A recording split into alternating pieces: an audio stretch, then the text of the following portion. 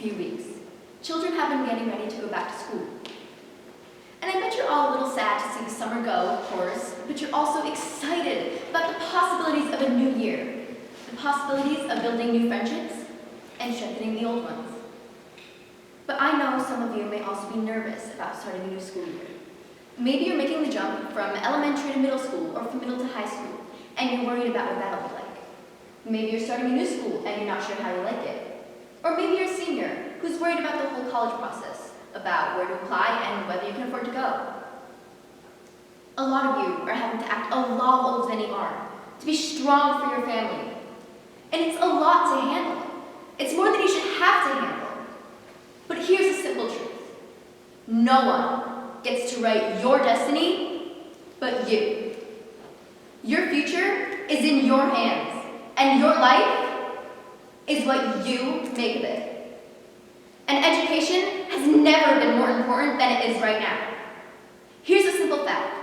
The farther you go in school, the farther you'll go in life. Your success in school will also help to determine America's success in the 21st century. So you have an obligation to yourselves, and America has an obligation to you, to make sure you're getting the best education possible.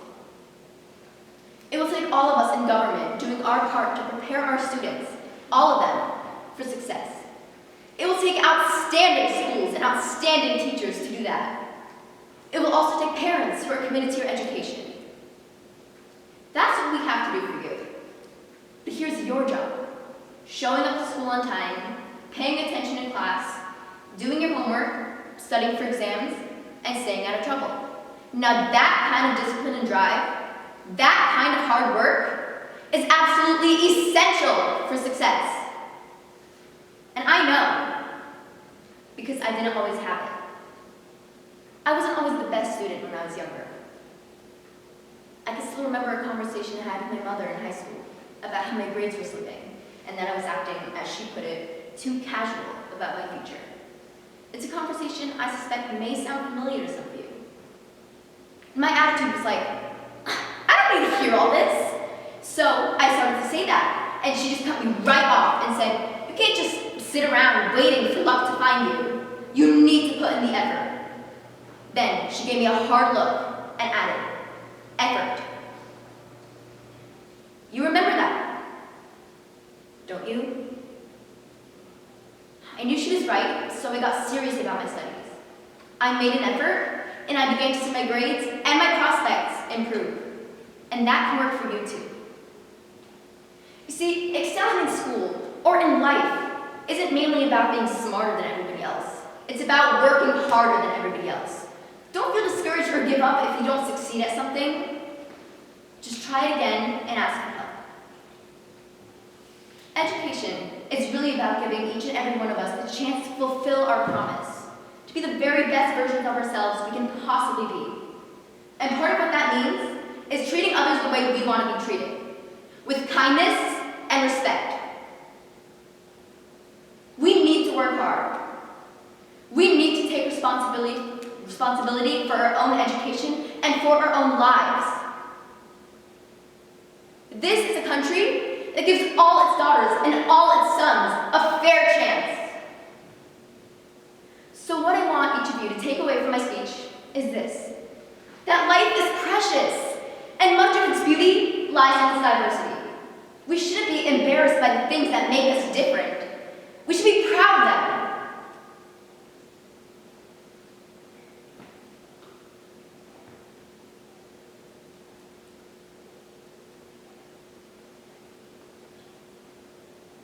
A chance.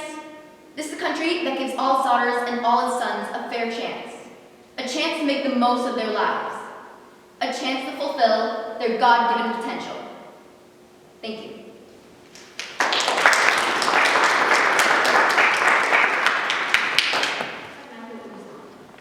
When I was an undergrad, IU had an experimental curriculum department in the College of Arts and Sciences. If you had an idea for a non-traditional course and had the backing of the department, you could appear before a panel of professors to pitch your idea. So, I created a course on comic books, claiming comics were both a legitimate American art form and contemporary folklore. So I appeared before a panel of professors. A professor at the far end of the table looked down at me and said, "So you're the fellow who wants to teach a course on funny books at my university?" I knew I was in deep trouble. He let me speak for 2 minutes, and then he cut me off. "Mr. Uzlan," he said, "I don't buy your theory. Comic books are cheap entertainment for children. When I was a kid, I read every issue of the Superman comics. But contemporary folklore, modern-day mythology, I reject your theory." I knew I needed to do something, so I asked him if he was familiar with the story of Moses. The professor said, "The Hebrews were being persecuted. The firstborn were being slain. A Hebrew couple placed their infant son in a little wicker basket and sent him down the river Nile, where he was discovered by an Egyptian family who raised him as their own son. When he grew up and learned of his heritage, he became a great hero to his people." I reminded him that he said he would read Superman comics as a kid. "What's the origin of Superman?" I asked. The professor said, "The planet Krypton was about to explode. A scientist and his wife placed their infant son in a little rocket ship and sent him to Earth. There he was discovered by the Kents, who raised him as their own son. When he grew up..." Suddenly, the professor stopped talking and just stared at me for what seemed like an eternity. He then said to me, "Your course is accredited." A few years later, I was working at DC Comics, and the editor of Batman Comics passed me by in the hallway. "Hey kid," he said to me, "how do you like to take a shot at writing Batman?" Now that my dream of writing Batman comics finally came true, I wanted to get to Hollywood and produce the dark, serious Batman movie. From the time we got the rights to Batman, it took 10 years for the film to come out. 10 years! Then it broke one box office record after another.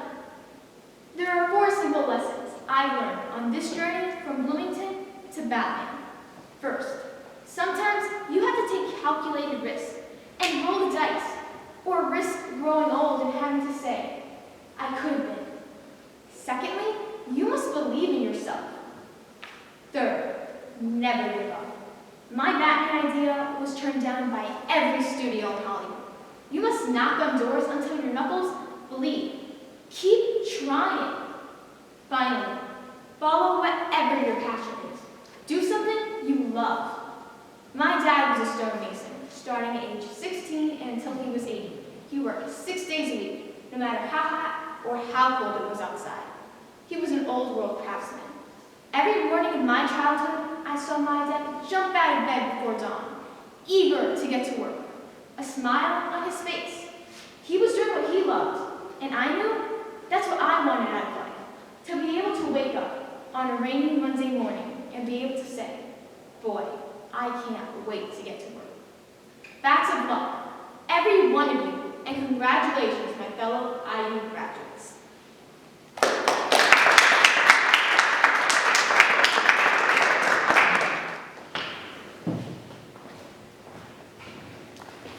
I'll be presenting Bring on the Cheesecake by Katherine Jackson.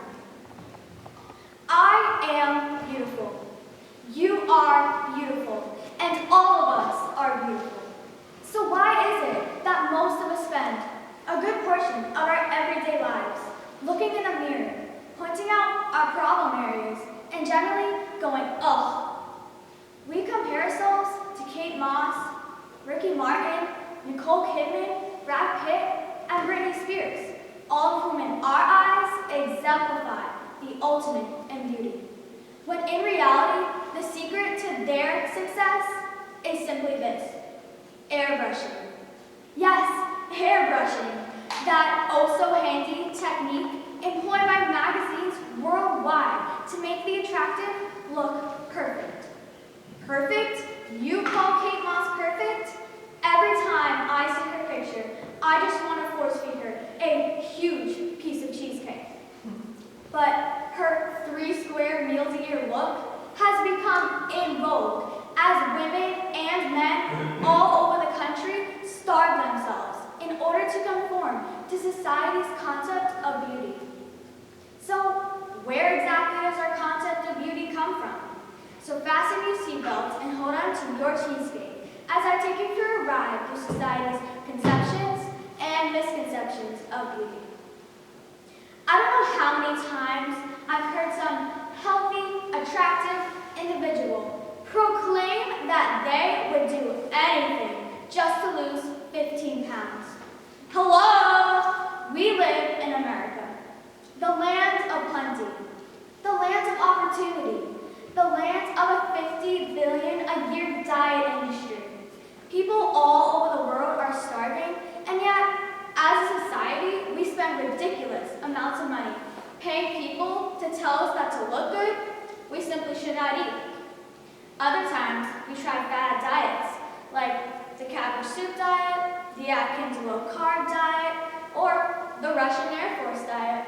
Yes, that one actually exists.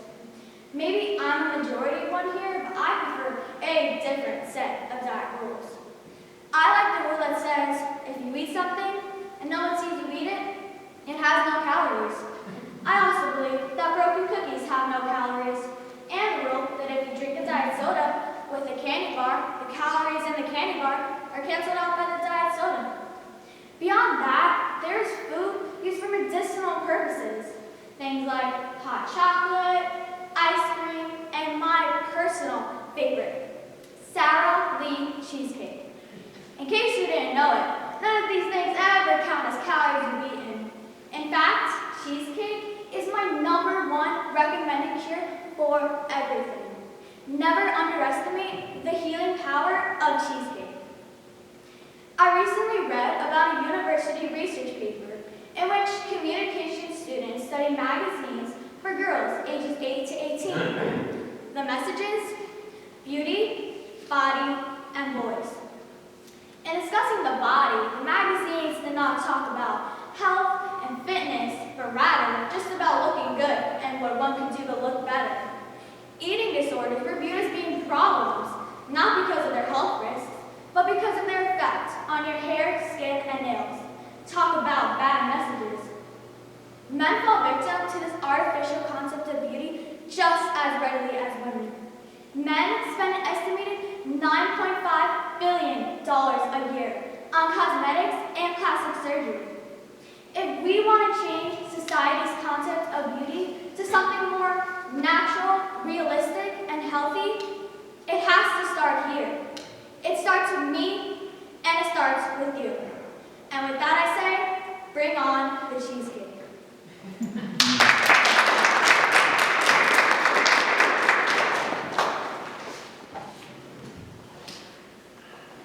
I will be presenting Mary Harris, Mother Jones, speech at the public meeting on the steps of the Capitol, Charleston, West Virginia, said on August 15, 1912. This, my friends, marks the most remarkable move ever made in the state of West Virginia. What is it? It is the uprising of the oppressed against the owners of the various coal mines doing business along the valley of Cabin Creek, West Virginia. These owners have in their employ a large force of guards, armed with Winchesters, a dangerous and deadly weapon, Gatling guns, kept for the purpose of browbeating, intimidating, and menacing the men who work in their mines and families as well. Here's what they do.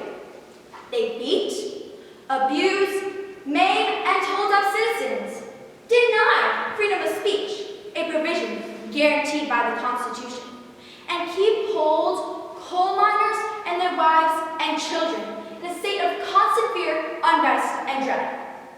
We have asked the governor of West Virginia for his help with the situation, and he has refused. Why? Because the governor has been elected with the help of the mine owners, and he will not dare to oppose them. Things didn't used to be this way. 10 years ago, mine owners and miners were getting along harmoniously. They had an understanding and were carrying it out. But they had some traitors who made a deal with the mine owners, and the organization was driven out of Cabin Creek. And this tore the organization to pieces, and now you are our ward today.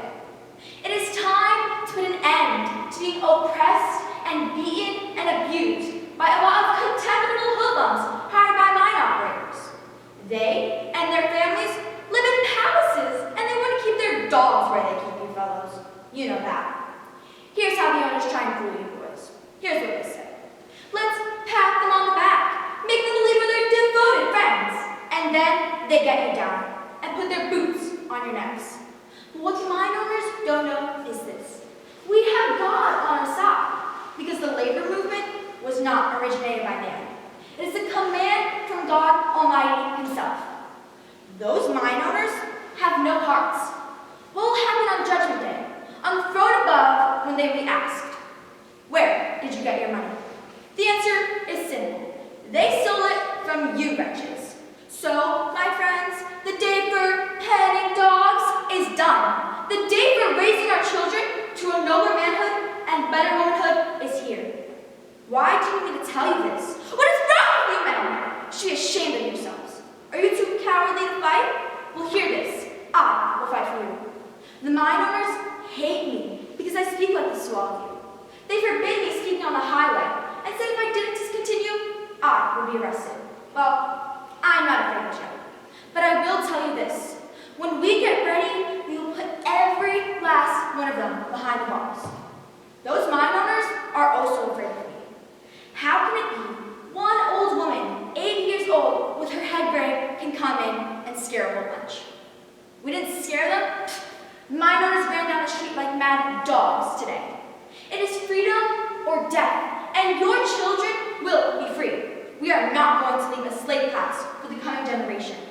Believe me, the next generation will not charge us for what we have done. They will charge and condemn us for what we have left undone. Now, my boys, the mine owners' tyranny will have to go. There must be an end. I'm going up Cabin Creek. I will hold meetings there.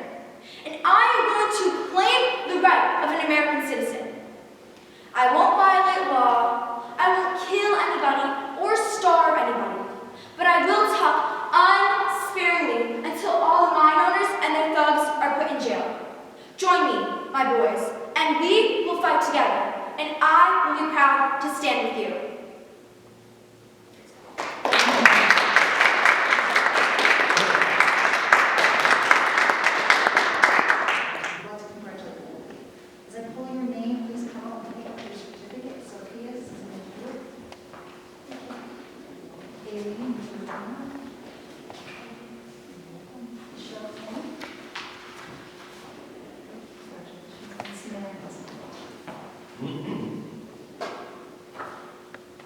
So I think they should all get a round of applause before we have